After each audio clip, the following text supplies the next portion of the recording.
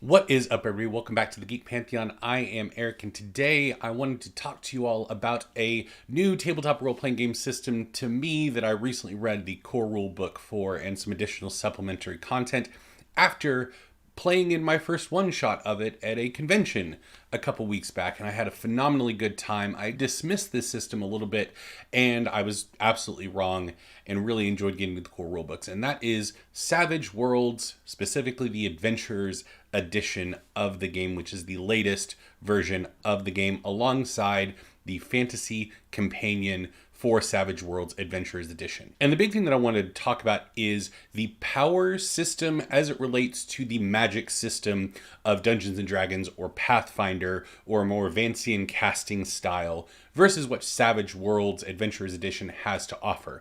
Because I know for a lot of people, the magic system, Vancian style casting, is something they don't really enjoy.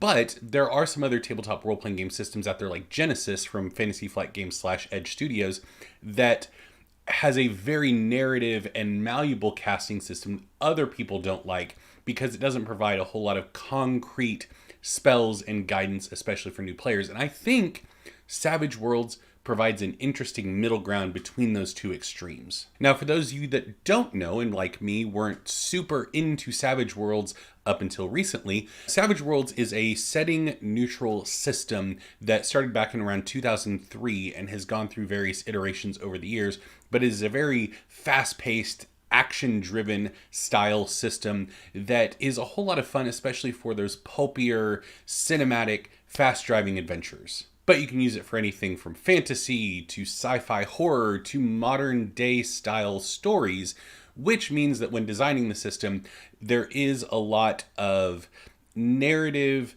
wiggle room in terms of the things that are being presented to you, whether that's ancestries. It's a classless system, but there are ways that you can construct classes with various systems within Savage Worlds, and like I said before, powers. They don't call it specifically magic because you could do superheroes with this system or just any other style. So calling it a magic system would shut off some other genres. So it's powers. Now, the way Savage Worlds handles it is they use a pool of generic powers that you can pick for your character if they have an arcane background or some other aspect of their character that gives them access to powers.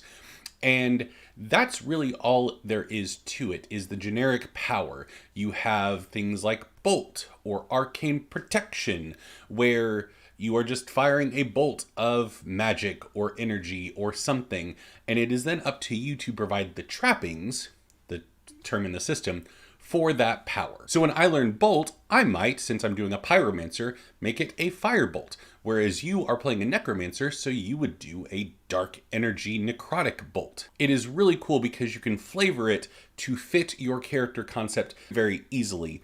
Unlike with the D&D system of a set list of spells that are very flavorful and have everything out for you, you can sometimes run into issues of trying to find a perfect cantrip that fits your character concept that they're going to be able to use consistently.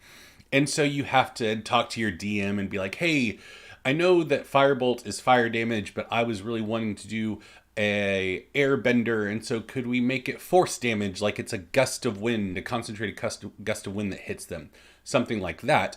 Whereas with Savage Worlds, you don't have to have those conversations because it's baked into the system. But the distinguishing factor is that when you pick your trappings, when you learn a power, that is it. Once I've picked Firebolt, it is Firebolt. As opposed to something like Genesis, where if I'm an arcane caster using their magic system, I have the attack spell, and every time I cast it, I can create it into whatever I want it to be. It can be Firebolt one turn, and then the very next round, it could be a Chaos Bolt. The round after that, it could be an Ice Bolt. So unless you are intentionally putting that restriction on yourself, there's not a whole lot of strong flavor to your spells unless you are just doing the same thing over and over again in a system like Genesis that is built for flexibility. But you can spend their resource power points, we'll get into it, to alter a spell. So if you are a ice caster and you have Ice Bolt and you're going up against an Ice Golem and all of the trappings that you selected for all your spells are ice-based because you wanted a very thematic style caster, you can tap into your resources, tap into your arcane magic to alter your spell just for this combat in order to shoot a firebolt. Or maybe you just melt the ice, and so it's a stream of water that, while isn't as effective as something like Firebolt would be, is still going to deal more damage than hitting an ice thing with more ice. So now that we have a good understanding of the power system and how it works in the Savage Worlds Adventurers Edition, let's get into the actual pros of it, what I really like about it when held up against something like Dungeons & Dragons or Pathfinder, and then we'll get into the things that I think a more Vancian style system does better than something like Savage Worlds. So first and foremost is the flexibility that I already discussed, in that when you take the bolt power, you are empowered as a player to pick exactly what kind of bolt it is and then lock that in. So you still get the strong theming of a magic system to create a pyromancer, a ice mancer, or if you're doing Feywild, like wild magic-esque, you can add trappings to evoke that style of casting as well. But you're not having to constantly look at a giant spell list and think 3-4 levels ahead of, okay, when I unlock second level spells, what spells I'm going to take, what will make sense with the theming of my character. Like, for example, with Kyber Shards, the actual play that used to be on this channel is now on the Laughing Tree channel, I play Ahri. And I try to flavor all of my spells as telepathic telekinesis, they're Jean Grey-esque powers. And sometimes that gets difficult because there aren't a whole lot of spells in the D&D spell list that fit that flavor. And so I have to narratively describe how those spells actually function the way that I want my character's magic to work. For example, a spell like Disguise Self, I took that because I'm a Hexblood and it's just something that I get. And so I describe it as, rather than actually physically changing my form, I just project out mentally and alter the minds of everyone that can see me to see something that isn't actually there. So I'm not altering my form, I'm altering everyone's perception of my form. And so you have to do a lot of legwork because you get these spells and you have this theme, and so you're figuring out how they can work together. With Savage Worlds, it's a much simpler and much more flexible system in that regard. The next thing that I really like about Savage Worlds Adventures Edition, alongside the Fantasy Companion, up against D&D style of spellcasting, is the simplicity of it. So with D&D style Vancian casting, you have spell slots, prepared spells. If you're a warlock, you got pact magic, and you have some casters that have to pick which spells they prepare each day, and other casters that only learn a limited number of spells when they unlock new spells. And it gets complicated. It's difficult to describe the system in its totality to a new player. For a new player, you explain how their casting works, and then you might start getting questions about, wait, I'm playing a warlock, so why does the sorcerer have so many more spell slots than I do? And so it can get complicated. Whereas with Savage Worlds, it's a much more simple, straightforward system with PowerPoints, where you spend this resource to cast these spells. You can make these spells a little bit more powerful by spending more resources. And you go back and forth that way. You regain your resources so that you can spend them on more spells. And it's a very simple resource management system that, importantly, works relatively the same for every character. Some arcane backgrounds get a different amount of power points to balance the spells that they get and stuff like that.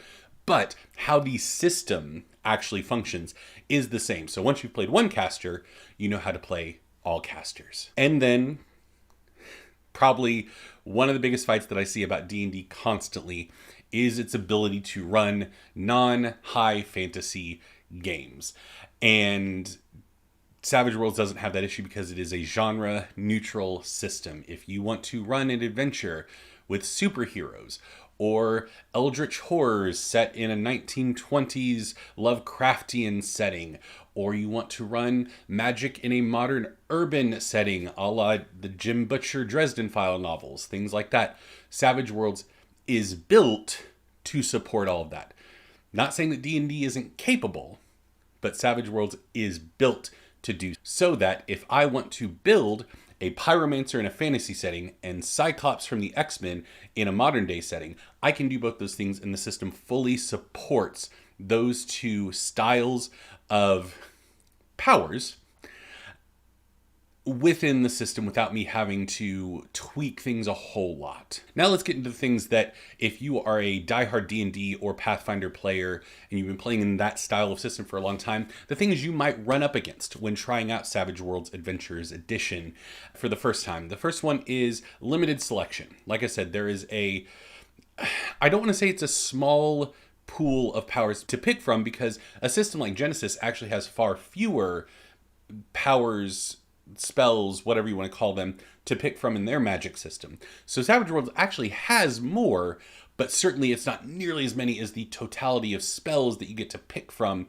in D&D. Now, granted, there's a lot of overlap, because something like Chill Touch, Toll the Dead, Firebolt, all of those things are going to be the same thing in Savage Worlds. You're just going to change their trappings.